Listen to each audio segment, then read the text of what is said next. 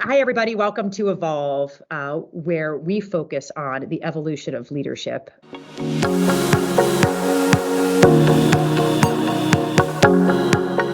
I'm Kim Ford, your host, and today I am very delighted to have somebody from the West Coast. Kimberly, do you mind introducing yourself and your business? Sure. Thank you, Kim. My name is Kimberly Gerber, and my business is Accelerate. I'm the CEO of Accelerate, and we are an executive coaching and executive development firm. And we're predominantly working with folks at the VP level and above, and we serve them in succession planning and getting executives ready for and successful in C-level roles. Oh, that's exciting. Now, one of the concepts we kind of talked earlier about was executive presence. Can you explain what executive presence is? Well, the simple way to explain it is it's the it factor. It is the energy and the presence, the way of being that somebody has that immediately and without speaking commands the attention and the respect of people in any given room. It is something that first shows up in physical bearing, and it immediately communicates competence and confidence and vitality to a great degree.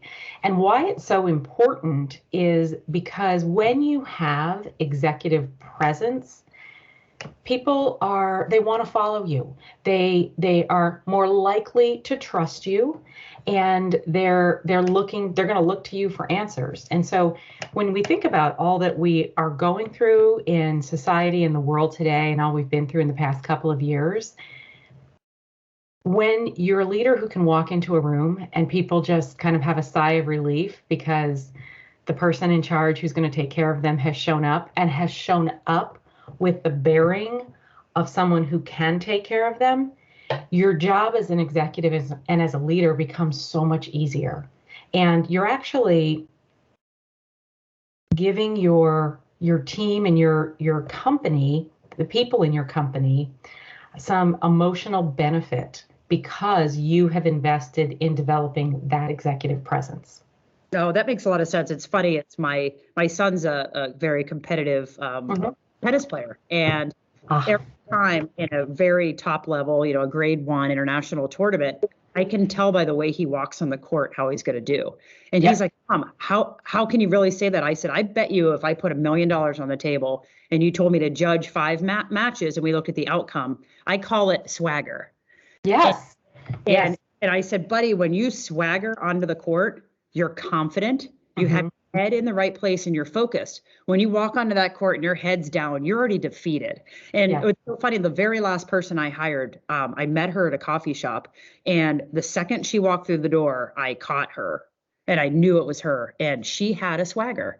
hmm She had the confidence that you have to be successful in corporate real estate. And that is not, I don't know that that's something that can be taught. I think it's something that can be improved, but I think it's very hard to not be authentic with it. You either have it or you Yep. don't. I mean, you might be able to get a little bit better with it because you don't want to appear to be, and, again, I'm thinking of my 17-year-old son, cocky, right? Right.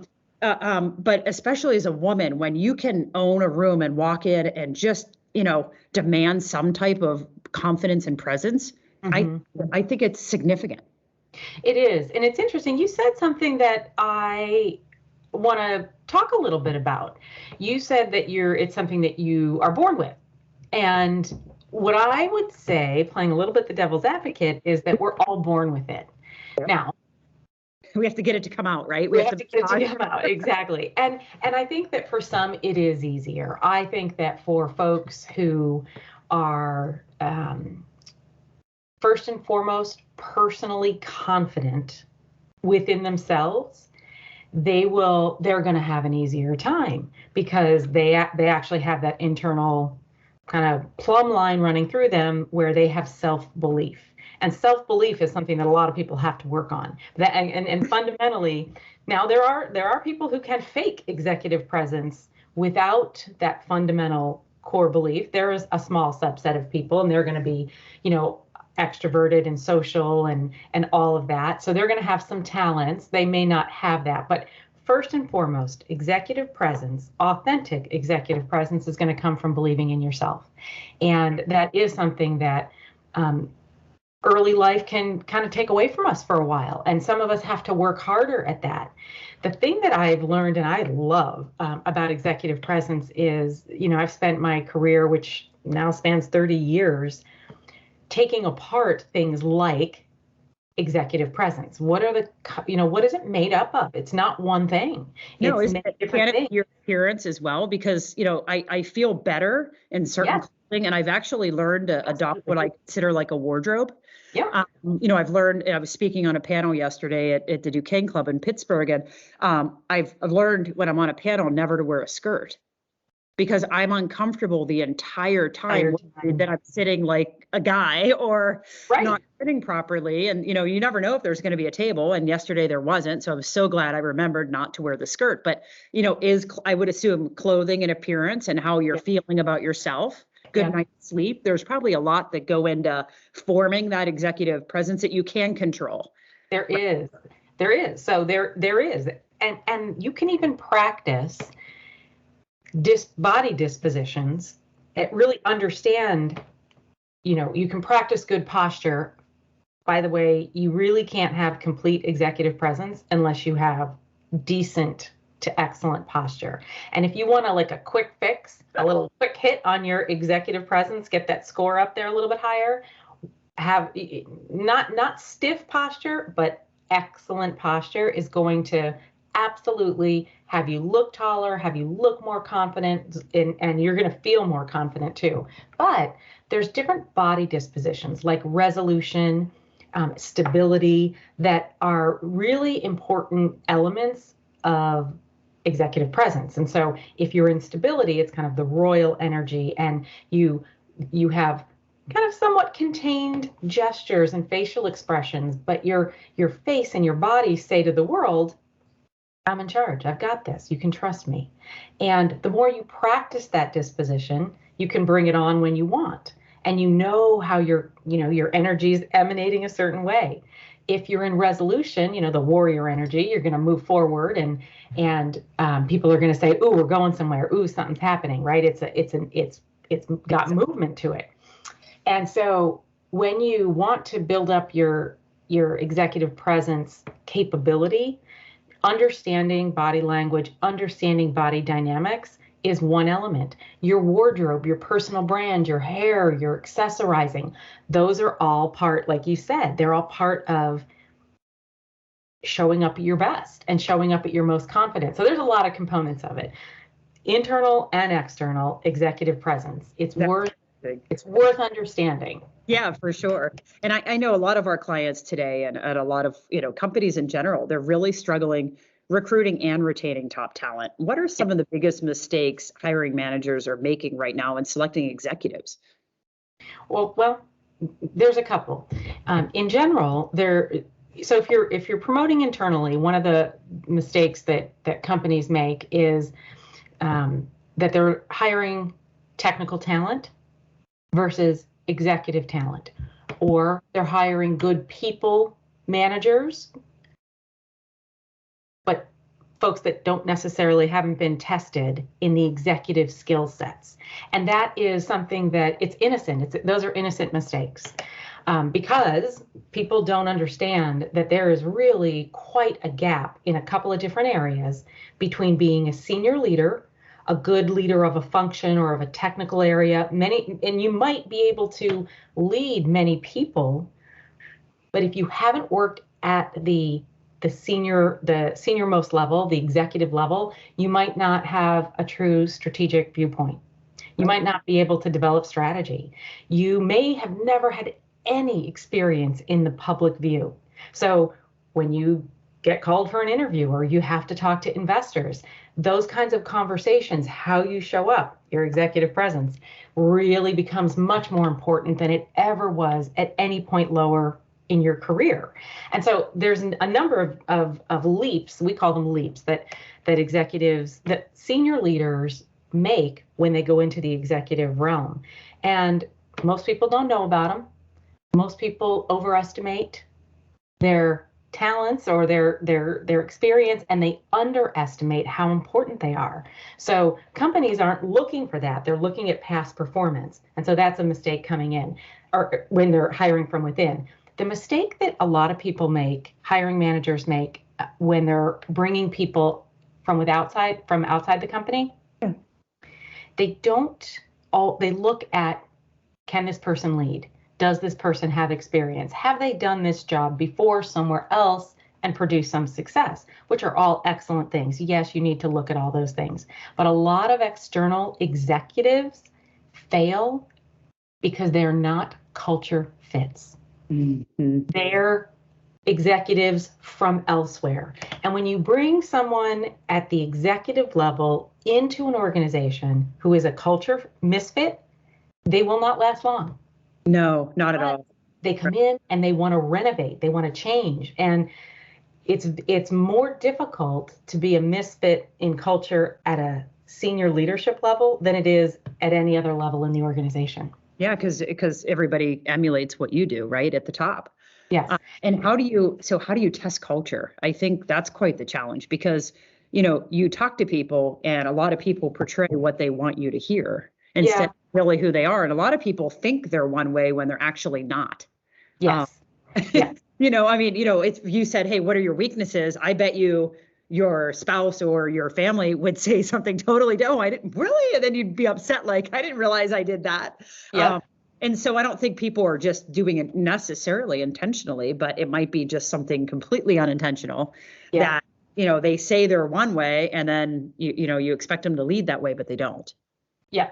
And you're right about that. Now, it's tricky. It is tricky. I think that there's a couple things that organizations can do. First and foremost, they have to be honest with who they are, what their culture is, and what they really want in a culture fit. So it has to be part of the hiring profile, and it can't be a wish. It has to be reality. And so if the hiring managers in the organization, of course, we're talking about executives. So we're talking about, if the CEO and the other C-level folks are really honest with who they are and what they want and the culture fit, they're going to be looking for that. Yeah. That's going to be novel. Most people aren't. Right. The other thing is that, and this is something I actually learned from one of my clients in this incisive way, is that when you're hiring for an executive, rather than interviewing and recruiting them in the interview process, look for every reason not to hire them. Yeah.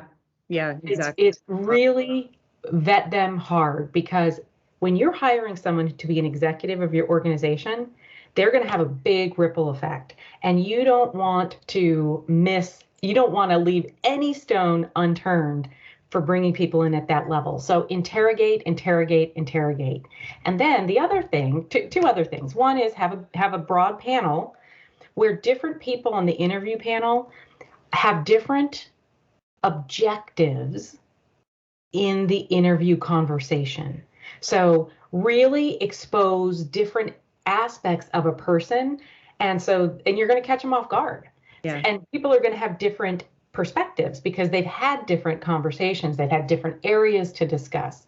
And then I would always have multiple social interactions, a dinner with a spouse, have people come and spend, time with the organization, see how they really integrate with your people. Is it natural? Do they hold back? Is it forced? Really, you've just got to put them under a microscope in many different ways to try and see who is this person from an authentic point of view. Absolutely, for sure. How do you see leadership? Do you think it's changed over the last couple of years? Oh, that's a great question. Like, is it the same? I mean, I know companies are really struggling right now, and a lot of people are breaking down from a mental health perspective, but how do you see it evolving? I think it's changed. There's no doubt in my mind that it's changed. I started working in the 90s, and I would say a couple of things. One, top-down management was more prevalent then. Yeah, for sure. Things like team building were novel. And when I started Accelerate in 2002 now, there were not that many communication coaching firms. It was novel. And so while, Franklin Covey was out there, there was a lot of discipline type of programs, discipline leadership. And that's not the case anymore. Now, leadership and the importance of communication, the importance of inclusivity, the importance of understanding other people, it has just really become the soft skills, which I don't love that term.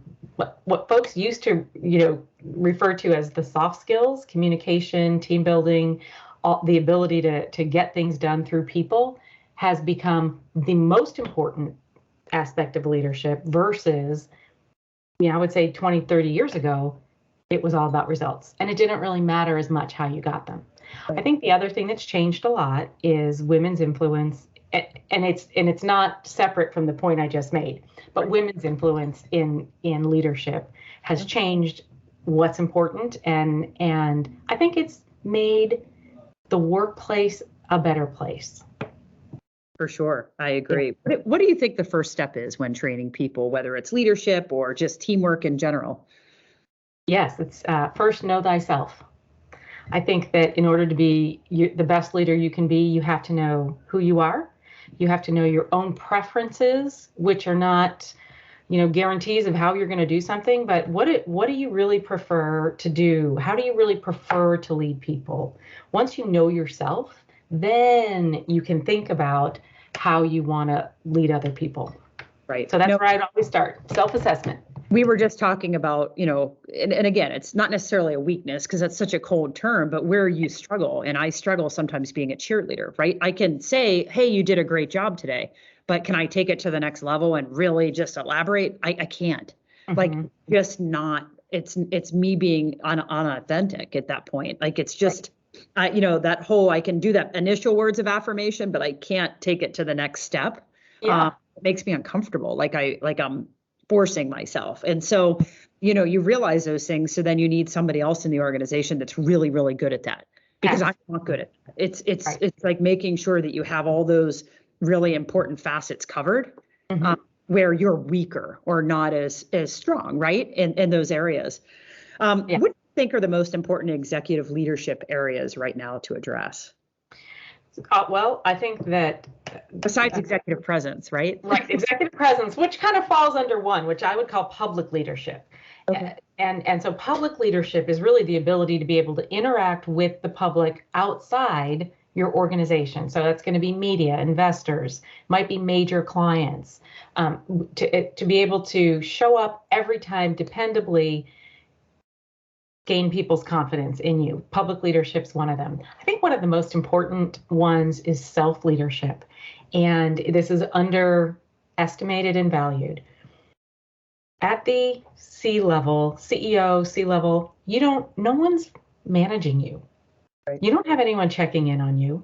You also don't have the emotional support of someone who is directly responsible for you. And so there's why it's a leap, why there's these unanticipated gaps is you don't have it, you have to do it yourself. And so if you do not have good self-regulation, if you don't have good self-awareness and good coping mechanisms for things like stress and for time management and for emotional regulation, you are going to end up in a pretty bad spot if and when things get stressful. So like these last 2 years, folks who haven't had good self-leadership, they've been in trouble. And we've seen it, from a coach perspective, that's something that we're guiding a lot of people to develop real muscle in self-leadership because it's been weak for a lot of folks.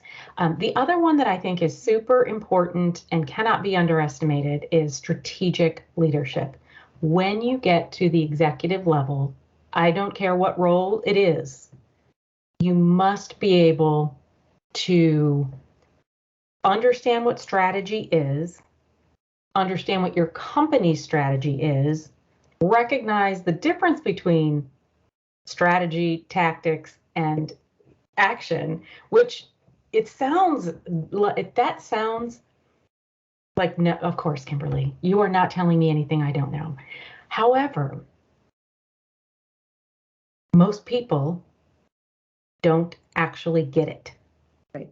It's mind-boggling that people get to very, very senior levels and they're amazing with orchestration and execution, but they really can't recognize and distinguish a strategy from something else.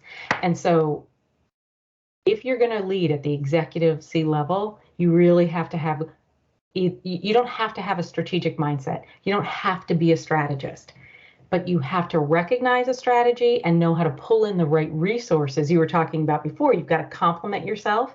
You've got to do that because at the executive level, it's your job. Your fundamental role is to steer the company in the right direction and make excellent decisions. And if you can't think and process and create strategy, it's going to be very difficult to do that. And there's lots of, we just have to open the newspaper. You look at the Peloton news that came out, that first and foremost, that CEO was not a strategist.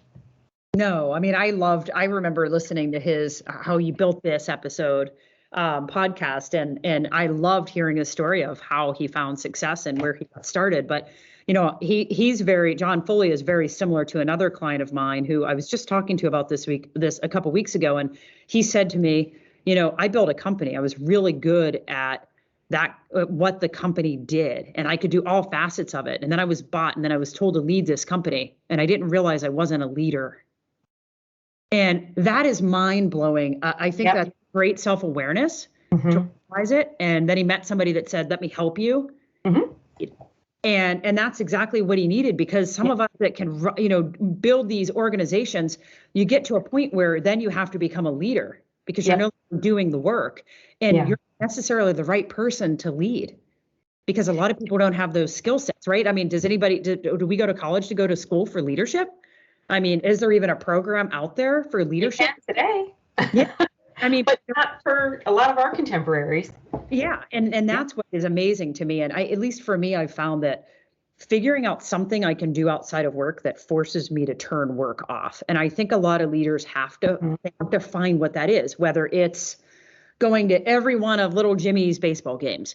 But if you can really turn your phone off and focus during those games, then you're fulfilling that. But if you're still on your phone during Jimmy's baseball games, you're not because a lot of leaders, they just can't stop. They always have work to do, right? So for me, I play very competitive sports. And at the level I'm playing, if I don't turn it off, I'm going to actually get hurt. Right. And so great is, and sometimes I do it during business hours. Why? Because you know what? It's my break that I am forced to leave my phone totally off in my bag, compete. And if I take my eye off the ball or off the opponents, I'm in trouble. And so I can't think of work. I can't think of the deadlines that I have or the clients that need something. I have a way to turn it off. And I think we all have to find whatever that outlet is for ourselves. And that's just self-management, right? That's self-leadership. Absolutely. It has to be something that totally forces me, or I won't turn it off. I have my phone in my hand. Yeah. Let me ask you this, because I think this is such a wonderful point that you're making. Does your unplugging and your really clearly passionate focus on your activities, does it make you a better leader, and how? 100%. And the reason why is because if I don't take my A game to that meeting, just like every other meeting I have, or that sport, I get my butt kicked or I underplay my own abilities. I mean, so every once in a while I walk off the court and I'm like, wow, I really didn't play that well today. And then I think of, when I'm driving back, I think of the root or the cause. And a lot of times it's because I had something due, and what I should have done was done it the night before, so I didn't have to worry. But it's no different. It does allow me to be, it allows me to be a better competitor in general, better planner. I always think activities that you can find yourself that, especially obviously if they're athletic in some way to give you exercise too, it allows you to perform better all the time. Yeah. And if I don't have that in my life, I just feel depleted and I feel like I don't have a purpose. Yeah. And so it's not like I do it every day, but when I have matches, I take them seriously, and I do and I try to show up with my A game every time. It doesn't always work out that way, but I at least go for it, Yeah. And I think that when leaders at the highest level have hobbies and activities outside of work, whether it's, philanthropic, sports, kids and investing that way, it can be anything. It makes them a much more interesting leader because they're going to bring in that perspective and they're going to bring in like this different element that texturizes who they are and how they show up. And I think that a lot of leaders think that there's almost a subconscious belief that if they're investing, some of their quality time into other things, then they're somehow not being the most effective leader they could be, when the opposite is true. So I love that you brought up this, just this practice that you have in self-leadership of bringing your A game in something that you are super passionate about. Yeah. And no doubt it helps you bring your A game at work all the time. Absolutely. And what's so funny is I'm not embarrassed to tell a client either, hey, I have a match at 9 o'clock. Why don't we schedule something after 11 or 11:15 to play it? And frankly, if they don't respect me for that, then maybe that's not the right client for me. Absolutely. Because at the end of the day, I do think that well-being is critical. And I think going out and doing activities and in any type of competition or anything that you really love to do, it doesn't matter when you do it. I think we all need to have those. And I think a lot of people are struggling because they don't. And they don't, they feel like they're hurting their family, right? I mean, I have kids at home. So, you'd rather, play your sport than be home with your kids. No, I think it's really important that my kids actually see that I'm playing a sport and doing something for myself and not just for them. Yeah. So, I take a totally different spin on it and I try to make myself a priority. And I think it's important for them to see that. If not, they grow up thinking that, oh, well, the world revolves around me. And it always will. But guess what? I'm not always going to be there to allow it to happen. And I think we're setting ourselves up for for a better future for sure. Now, do you have any advice for other business leaders as they start to evolve in a post-pandemic world? Ooh, great question. I think that my advice might not be original, but it is the most important thing that people can be is flexible. Yeah. It is, we just don't know what we don't know. And trying to figure out a plan for the next, that's fixed for the next, 6 months, 2 years, that's going to lead to a little bit of hardship. Yeah. I think that we need flexibility to embrace what people need as leaders. Not everybody is going to be able to return to work on the same day and feel great about it. You've got people who are dying to go back to work, and you've got people who are afraid to go back to work. And so the flexibility that we need to bring to our organizations as leaders is that it's going to be necessary for the foreseeable future. And I would say that it's actually not a talent that we've needed. I say that with air quotes. You can see me, the audience can't see me doing air quotes. that we haven't needed as much until this pandemic hit. Right. And it's always a quality. It's on the list of things it's good, but other things have been more important than flexibility. But these days, adaptability, flexibility, really the ability to embrace, react to change in the moment, that is something that we're all having to be tested on and to build that muscle, because the more flexible and adaptable we can remain as leaders, the more emotional support we can give our people, and the more emotionally supportive we will be to ourselves.